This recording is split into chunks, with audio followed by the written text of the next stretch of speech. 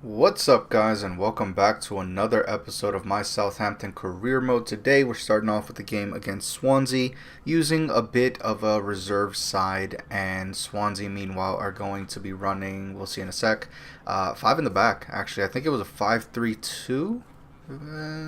Yeah, 5-3-2. So of course that means they're going to be super defensive. Wilfred Boney up top is always a threat in this game just because of how physical he is. He's almost unstoppable when it comes to being in the air. So yeah, I mean things like that can really be a problem. I really don't remember how the score lines ended up, but we will be seeing together. What I do remember though is stuff like this happening where Blind was able to somehow completely outdo Schaff. I don't know how. Blind was either outpacing him, outmuscling him, outjumping him, or whatever. These first two clips are just two really good saves on both keepers' parts. I think Butland's was a little bit better because there was very little he could have done there other than maybe save it with his leg, which he did do. And then here, Martinez, he should have just scored that. There's no excuse. You got to put those away. There's nobody in front of you. It's a clean strike. But nope, goes wide. Here, Martinez, second chance, or I don't know how many chances he's had at this point, but once again, Fabianski with a huge save.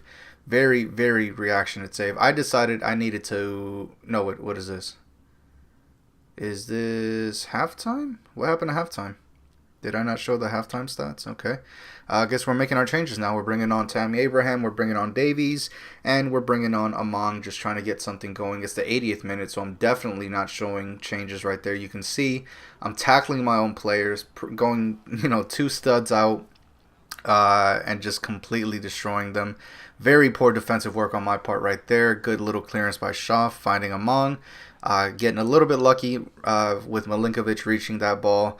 And I already know that Abraham is fast, he's strong, and he's definitely faster than Blind. And he has fresh legs. So I decided a clean through ball right in front of Blind was probably the best option. Even though, it is FIFA, Blind would still probably have caught up to him in any other normal circumstance, but he was way too tired. 84th minute, Abraham gives us the lead. It took way too long. Like I said, Swansea with five in the back, they're going to defend. They have three midfielders. All of them are in their box. That's 8 total players at least in their box defending, and it's very difficult. So we had to barely come out of there with a counterattack, and even then it was a little sketchy because, again, Blind, he could have caught up to Abraham, but he didn't. Here, very simple. Davies is going to cross it in. Abraham left completely alone, and we're going to put that away. He gets his second, and that's his second in the game as well. I did remember that he did belong to Swansea at some point. I had him celebrate in the first with the first goal, but here I decided, go ahead and apologize. This is one of your old teams, so, show a little bit of respect. Why not? But still, Abraham doesn't really come on for us much. He does every now and again, but he does at least do work when he comes on, and here he basically secures us and gives us the lead. 15 shots with 7 on target. There's no reason for us to not have won that game. Abraham, of course, is going to pick up man of the match. He got both goals, and both of them very late in the game. Next up is Watford. It looks like, yep, again, we're going to be making some changes to the starting lineup. Oh, no, wait. No, yeah, everything is fine. At some point, I think in this episode, Barco winds up picking up an injury. I'm not sure if that's this episode or next, but this lineup is what I will be sticking with when Barco picks up that injury. We're going to face off a 4-2-3-1 Watford. Gallagher up top with Redmond or Martinez or whoever the second one is. There it is right there. Barco picked up an injury at some point. I can't say it was a bad injury because it was only for about 3 or 4 weeks, so it wasn't too much. But he was out for quite a bit. Thankfully, he was able to finish this game here. This goal real quick. Gallagher, literally just coast to coast. He receives the ball, sprints all the way through. I see so much open space to the side of the defenders, and I just take it. I keep going. And there's just no stopping him. Easy finesse shot. Look at this, just way away from the defender. There's no reason for it to have been that easy, but it was just straight pace, and he's not even that fast yet. I'm pretty sure he will be reaching I want to say at least high 80s in terms of speed. He's already about mid 80s. And with him being potential to be special and only, what does it say right there, 78, 79 overall, he's still got a ways to grow, and I'm pretty sure his physical stats will go as well. Stats not necessarily in my favor. Watford have more shots. They were not clinical at all. But here, Richarlison does have a huge opportunity, but Butlin puts the lid on that one. He doesn't let it go in, thankfully. We're still just 1-0 up. Barco is injured. He's going to come off, and that's going to be the last time he touches the field for a couple of weeks. Han Kwang is going to come on. Sepulveda is going to come on, I think. I'm never too sure about these things. Yep, and Davies is going to come on. And that's pretty much how the game ends. 8 shots, 3 on target for both teams at the end of the game. 55% possession for us, 79% pass accuracy. We were not accurate with that at all this game. Gallagher with an 8.9. Players did what they could, but Watford were just super defensive. 4-2-3-1, definitely a defensive formation. And we just weren't really going to do anything from there.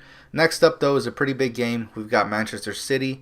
I'm pretty sure, yeah, so because Barco is out, Milinkovic is going to be taking the right attacking mid position. Dolberg is taking the center forward position. And we've got Gallagher and Redmond, or whoever the second striker is. City are going to run a 4-3-3, pretty standard, I'd say. I don't see Aguero. I think they sold off Aguero, honestly. They bought Koulibaly. Basically, a pretty solid lineup, I'd say. Nothing too savage, considering last season they really were taking us lightly. Ward-Prowse here with a very good opportunity, and he's going to put it away. He wound up switching positions, I think, with Lamina. That happens a lot. I don't know why, but my central midfielders end up swapping mid-game for absolutely no reason. And in this case, it wound up working because even though I'm pretty sure Lamina would have finished that, I mean, it's a very trademark goal at this point for him. Ward-Prowse getting himself a goal isn't a bad thing. So he's going to give us the lead against Manchester City, who I don't know how well they're doing, but last I checked, they were winning pretty comfortably against other teams. Every now and again, I catch glimpses of other team results, and that's pretty much halftime. So 5 shots, 3 on target. City were dominating possession. But the main reason for that is actually because of us. We were just so much in their third so much that they wound up getting possession eventually just because of either the ball going out, us being dispossessed, or just a misplaced shot or something like that.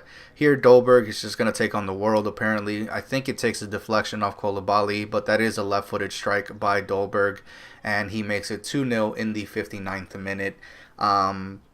Pretty standard stuff, honestly. I mean, Dolberg, he is good on the ball. He's relatively agile, considering he's 6'2", and he's obviously one of our main, if not our main, striker at this point, because Redmond has been kind of MIA. He scores every now and again. He scored recently, but it's just not as much as it was last season, which is understandable.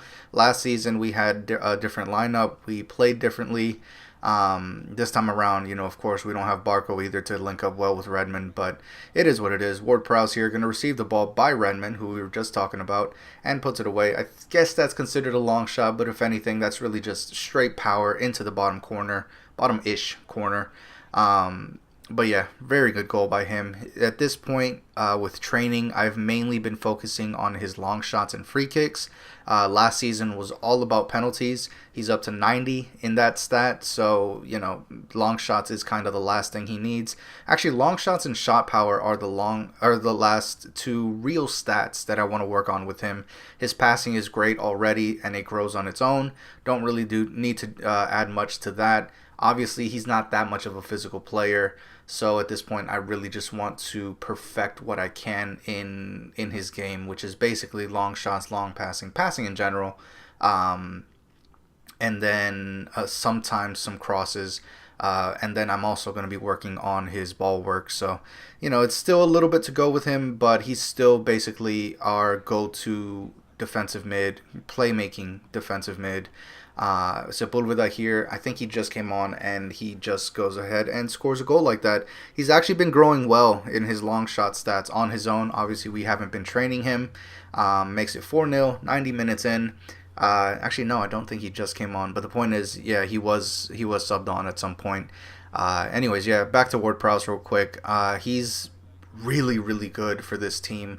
I've said it last season, without Ward-Prowse, we don't really have a team. We can play someone else there, but his distribution, his positioning, all of that is so perfect that he's completely essential and irreplaceable to this team. So here's to keeping him for another couple seasons, seeing if we can maybe develop someone into a very similar player as him. But in the meantime, he's just obviously our go-to. And that's going to end the episode. As always, guys, thank you so much for watching. Leave me a comment. Subscribe if you're new. That's it. Peace.